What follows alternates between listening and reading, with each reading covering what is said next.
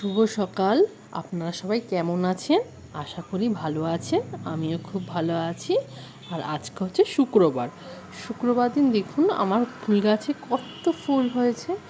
এটা আমি তো বলেইছি আগেই যে এটা আমার বাড়িতে একটা জবা ফুল গাছ আছে, সেখানে প্রতিদিনই অনেকই ফুল ফোটে।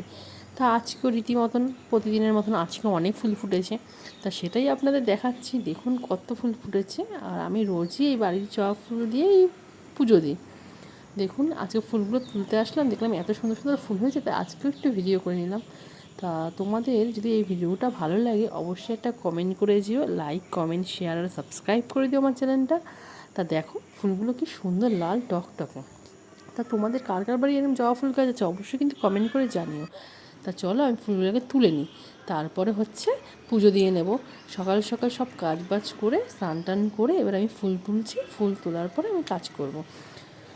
ফুল তোলার পরে পুজো দিয়ে নেবো, তারপর বাদবাকি যেগুলো কাজ আছে সেগুলোই করব। দেখো কত ফুল ফুটেছে, আগে ফুলগুলো তুলে নিই। তা দেখো এত ফুল ফুটেছে আমার ফুল গাছে। তা চলো পুজো দিয়ে নিই, তা দেখা হবে পরে একটা ভিডিওতে। ততক্ষণ সবাই ভালো থাকবেন, সুস্থ থাকবেন আর সাবধানে থাকবেন।